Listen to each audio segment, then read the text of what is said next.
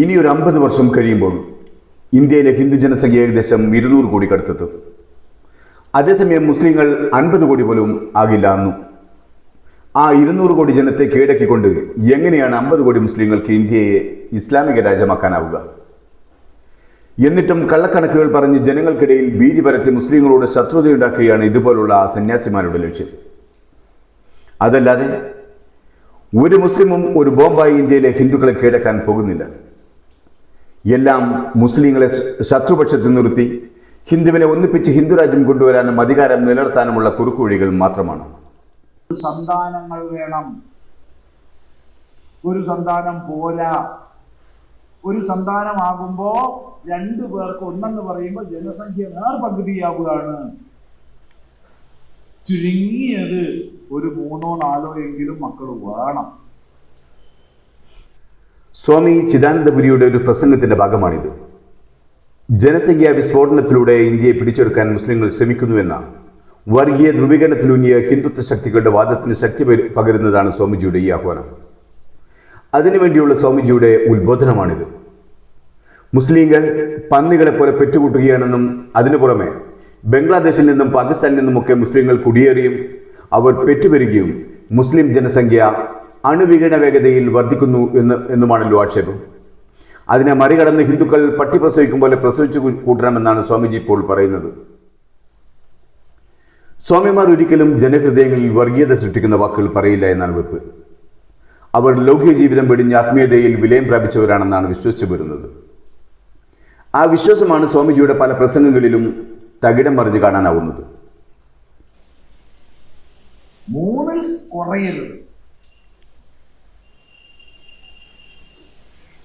ഒന്നിനെ ഞങ്ങൾക്ക് വരുന്നേ, ഞങ്ങൾക്കാർക്കും വേണ്ടിയിട്ടല്ല. ഞങ്ങൾക്ക് വേണമെങ്കിൽ കല്യാണം കഴിക്കാൻ പറയുന്നു. ഈ ധർമ്മത്തിന് വേണ്ടി, ഈ സംസ്കൃതിക്ക് വേണ്ടി, ഈ സംസ്കൃതിയുടെ മുന്നോട്ടുള്ള പ്രചരണത്തിന് വേണ്ടി. അതുകൊണ്ട് പറയാനുള്ളത്, നല്ല അണ്ടശക്തിയും ബീജശക്തിയും ഉള്ളപ്പോൾ കല്യാണം കഴിക്കുക. അതാണ് ആദ്യം വേണ്ടത്. നല്ല അണ്ടശക്തിയുള്ള പ്രായത്തില്, നല്ല ബീജശക്തിയുള്ള പ്രായത്തില് കല്യാണം കഴിക്കുക, കുട്ടികളുണ്ടാക്കുക. സ്വാമിജി പറയുന്നത് 3-ലധികം കുട്ടികളെങ്കിലും വേണമെന്നാണ്. എന്നിട്ടോ അതിലൊരു കുട്ടിയെ അവർക്ക് നൽകണമെന്ന്. അത് ഹിന്ദു സംസ്കൃതിയുടെ നിലനിൽപ്പിനും തുടർച്ചയ്ക്കും വേണ്ടിയാണെന്നാണ്. അതിനുവേണ്ടി നല്ല അണ്ടശക്തിയും ബീജശക്തിയും ഉള്ളപ്പോൾ വിവാഹം കഴിക്കണമെന്നാണ്. എന്നാൽ സ്വാമിജിക്ക് തെറ്റി. സ്വാമിജി ഇത് വർഷങ്ങൾക്ക് മുമ്പ് പറയണമായിരുന്നു. അന്നൊന്നും നിങ്ങൾ പറഞ്ഞില്ല. അതുകൊണ്ട് തന്നെ മുന്തിയ ഹിന്ദുക്കളൊക്കെ വളരെ താമസിച്ചാണ് വിവാഹം കഴിച്ചതും കുട്ടികളുണ്ടായത്. എന്നാൽ അന്ന് മുസ്ലിങ്ങൾ നേരത്തെ വിവാഹം കഴിച്ചിരുന്നു. മുസ്ലിങ്ങൾ വിശ്വസിച്ചു പോകുന്നത് 15 വയസ്സായാൽ പ്രായപൂർത്തിയായി എന്നാണ്. അതിനനുസരിച്ച് അവർ നേരത്തെ വിവാഹം കഴിക്കുകയും ധാരാളം കുട്ടികൾ ഉണ്ടാക്കുകയും ചെയ്തിരുന്നു. ഇന്ന് നിങ്ങൾക്ക് ബോധം വീണപ്പോൾ പെൺകുട്ടികൾ പറയുന്നത് അവർക്ക് വിവാഹമേ വേണ്ട എന്നാണ്. വിവാഹം വേണമെന്ന് പറയുന്നവർക്കോ അവർക്ക് ആദ്യം ജോലി വേണം എന്നാണ്. എന്നിട്ട് മതി വിവാഹമെന്ന്. അപ്പോഴേക്കും പ്രായം ഒത്തിരിയാകും. അപ്പോഴേക്കും മണ്ടശക്തിയും ബീജശക്തിയും ഒക്കെ കുറയും. ഇതിനൊക്കെ പുറത്ത് 7-ൽ ചൊവ്വയും 8-ൽ ബുധനും 10-ൽ 10 പൊരുത്തവും ഒക്കെ നോക്കി കുറേ എണ്ണം അങ്ങനെയും കാലം കഴിക്കുന്നു. പിന്നെ ആരോട് പറയാനാണ് സ്വാമിജി? ഭാരതത്തിലെ ഹിന്ദുവിന്റെ ജനസംഖ്യ ഭാരതത്തിലെ, കേരളത്തിലെ അല്ല, 4% കുറഞ്ഞിരിക്കുന്നു. ഇസ്ലാമിന്റെ ജനസംഖ്യ 24.6% കൂടിയിരിക്കുന്നു. ഈ പോക്ക് പോയാൽ കേണൽ ഗദ്ദാഫി പറഞ്ഞത് ഓർമ്മിക്കണം, we will conquer the world with population bomb. ജനസംഖ്യാ വർധനമാകുന്ന ബോംബ് കൊണ്ട് ഞങ്ങൾ ലോകത്തെ മുഴുവൻ കീഴടക്കും. അത് ചെയ്തുകൊണ്ടിരിക്കുകയാണ്. അതുകൊണ്ട് സന്താനത്തെ ഉപാസിക്കുക. ക്രിസ്ത്യാനി ആവട്ടെ, മുസൽമാനാകട്ടെ, ഏത് പാർട്ടി പ്രവർത്തിച്ചാലും, അവർ കമ്മ്യൂണിസ്റ്റ് പ്രവർത്തിച്ചാലും, കോൺഗ്രസ് പ്രവർത്തിച്ചാലും, BJP പ്രവർത്തിച്ചാലും, അവരുടെ മതത്തിന്റെ കാര്യത്തിൽ അവരൊന്നായിരിക്കും, ഉറപ്പാണ്. പക്ഷെ ഹിന്ദു എന്ന് പറയുന്ന സാധനം രാഷ്ട്രീയത്തിന്റെ പേരും പറഞ്ഞ് ഭിന്നിക്കുന്നു. ഇന്ന് രാഷ്ട്രീയത്തിന്റെ പേരിൽ ഭിന്നിപ്പിക്കുകയാണ് നമ്മൾ. അതുകൂടി മാറിയാൽ, നാം ഒന്നായാൽ, ഹിന്ദു താല്പര്യത്തിന് വേണ്ടി മാത്രമേ ഞാൻ നിലകൊള്ളൂ, ഹിന്ദു താല്പര്യത്തിന് വേണ്ടി മാത്രമേ ഞാൻ വോട്ട് ചെയ്യൂ എന്ന് നമ്മൾ തീരുമാനിച്ചാൽ ഇനിയും നമ്മെ ചൂഷണം ചെയ്യാൻ ആർക്കും സാധിക്കില്ല. ഒരു സന്യാസി ഒരു മതവിഭാഗത്തെ തെറ്റിദ്ധരിപ്പിച്ചുകൊണ്ട് മറ്റു മതങ്ങളോട് വിരോധമുണ്ടാക്കാൻ ഇത്രമാത്രം കളവുകൾ പടച്ചുവിടുമെന്ന് വിശ്വസിക്കാനാവില്ല. സത്യത്തിൽ താങ്കൾ എങ്ങനെയാണ് ഒരു സന്യാസി എന്ന് വിളിക്കാനാവുക?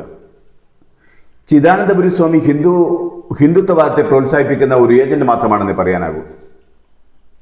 കള്ളങ്ങൾ പറഞ്ഞ ഒരു ജനതയെ തെറ്റിദ്ധരിപ്പിച്ച് അതുവഴി ഹിന്ദുത്വ ദേശീയത വളർത്താൻ ശ്രമിക്കുകയാണ് സ്വാമിജി. സത്യത്തിൽ ചിദാനന്ദപുരി സ്വാമിജി മതമൗലികവാദത്തെ പ്രോത്സാഹിപ്പിക്കുകയല്ലേ ചെയ്യുന്നത്. ഹിന്ദുവിനോട് ഹിന്ദുവായി ഉണർന്നു നിൽക്കാനും അതുവഴി രാഷ്ട്രീയ ചേരിതിരിവ് മാറ്റി ഒറ്റ കുടക്കീഴിൽ അണിനിരക്കാനുമല്ലേ ആഹ്വാനം ചെയ്യുന്നത്. ഹിന്ദുവിന്റെ താല്പര്യം സംരക്ഷിക്കുക മാത്രമായിരിക്കണം ഹിന്ദുവിന്റെ ലക്ഷ്യമെന്ന് പറയുന്നതും ഹിന്ദുവിന്റെ താല്പര്യങ്ങൾക്ക് വേണ്ടി മാത്രമേ ഞാൻ വോട്ട് ചെയ്യൂ എന്ന് പറയുന്നതിനേക്കാളും വലിയ വർഗീയത ഇനി എന്താണ് ഒരു സ്വാമിജിക്ക് പറയാനാവുക?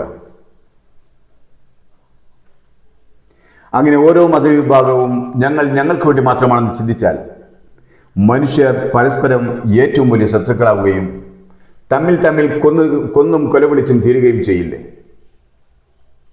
ഇതാണ് ഒരു സന്യാസി ഭക്തർക്ക് നൽകേണ്ട നിർദ്ദേശം. ഇതൊരു സ്വാമിയുടെ ചിദാനന്ദ പ്രഭാഷണമല്ല.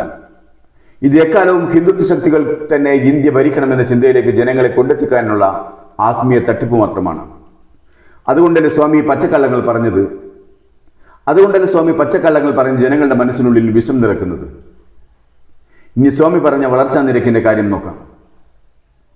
സ്വാമി പറയുന്നു ഹിന്ദുവിന്റെ ജനസംഖ്യ 4.5% കുറഞ്ഞെന്നും മുസ്ലിമിൻ്റെത് 24.6% കൂടിയെന്നുമാണ്. നമുക്ക് നോക്കാം. കഴിഞ്ഞ 2011 ഔദ്യോഗിക സെൻസസ് പ്രകാരം ഇന്ത്യയിലെ മുസ്ലിം ജനസംഖ്യയുടെ 10 വർഷത്തെ വളർച്ചാ നിരക്ക് 24.6%.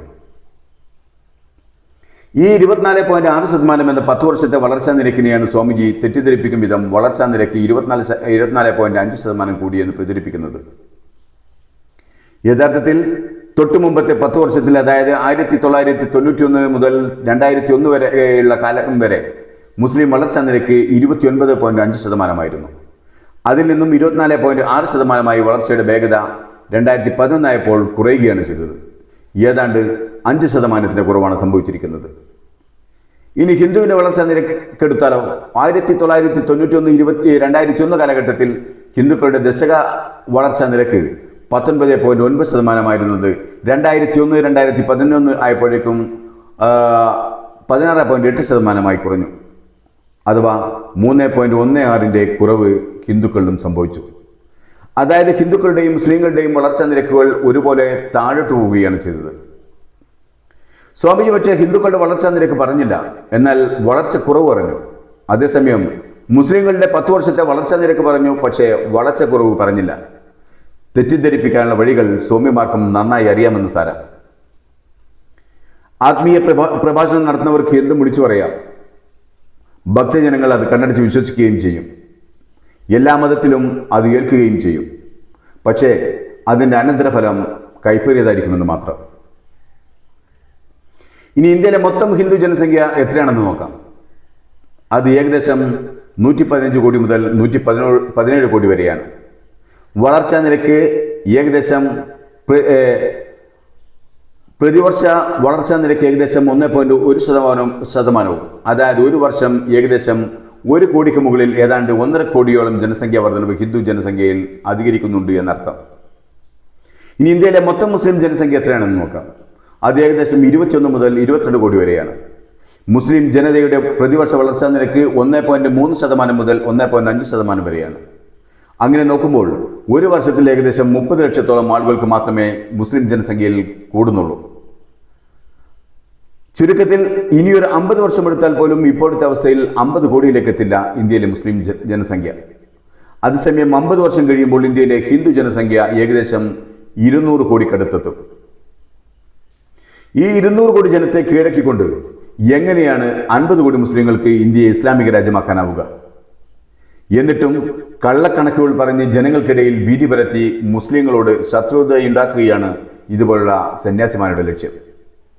അതുവഴി ഹിന്ദുക്കളുടെ ഏകീകരണവും ഹിന്ദുവിൻ്റെ ഇന്ത്യ എന്ന സ്വപ്ന സാക്ഷാത്കാരവുമാണ് ലക്ഷ്യമിടുന്നത്. അതല്ലാതെ ഒരു ജനസംഖ്യാ ബോംബും ഇന്ത്യയിലെ ഹിന്ദുക്കളെ കീഴടക്കാൻ പോകുന്നില്ല. എല്ലാം മുസ്ലിങ്ങളെ ശത്രുപക്ഷത്ത് നിർത്തി ഹിന്ദുവിനെ ഒന്നിപ്പിച്ച് ഹിന്ദുരാജ്യം കൊണ്ടുവരാനും അധികാരം നിലനിർത്താനുമുള്ള കുറുക്കുവഴികൾ മാത്രമാണ്.